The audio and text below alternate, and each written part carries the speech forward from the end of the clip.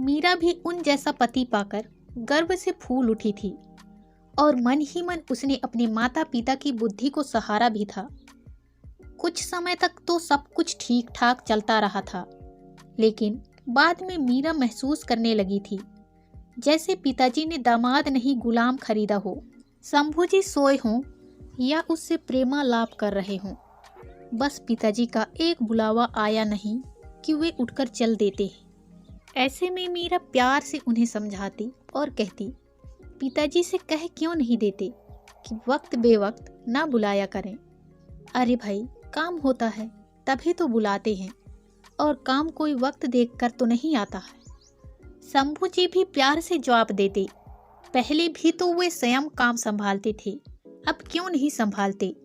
मीरा उखड़ जाती है, इसीलिए तो उन्होंने तुम जैसी पत्नी का मुझे पति बना दिया है, ताकि मैं उनका बोझ हल्का करूं। शंभू जी हंसकर टाल देते, फिर उन्हें बेटी देने की क्या जरूरत थी। बोझ हल्का करने के लिए तुम्हें रुपयों से खरीदा भी जा सकता था। तुम नहीं बोल सकते तो मैं पिताजी से कहूंगी कि आप साथ साथ काम करने के लिए कोई दूसरा नौकर रख लीजिए। मीरा नाराज हो जाती, तुम तो बहुत भावुक हो।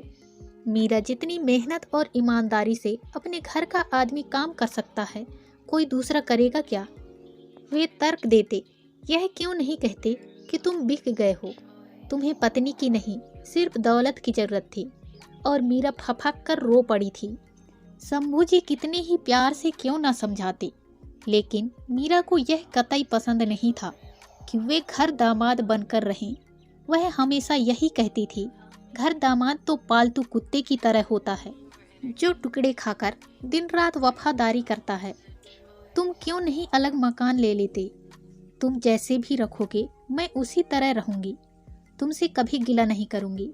मुझे यह तो एहसास रहेगा मेरा अपना घर है, तुम मेरे हो।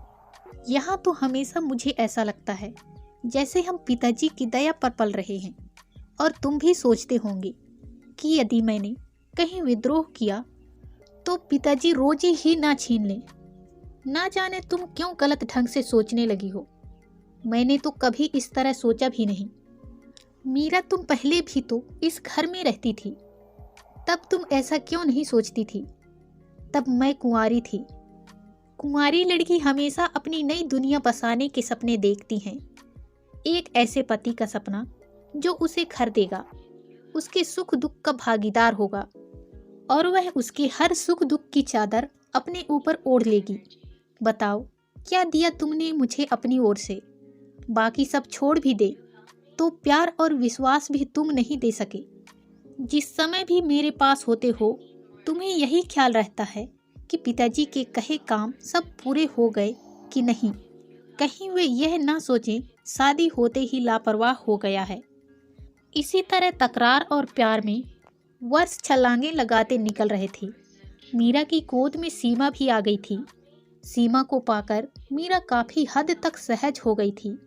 उन्होंने सोचा था मीरा सीमा को पाकर तनाव से शायद मुक्त हो गई है। आज की कहानी में बस यहीं तक दोस्तों।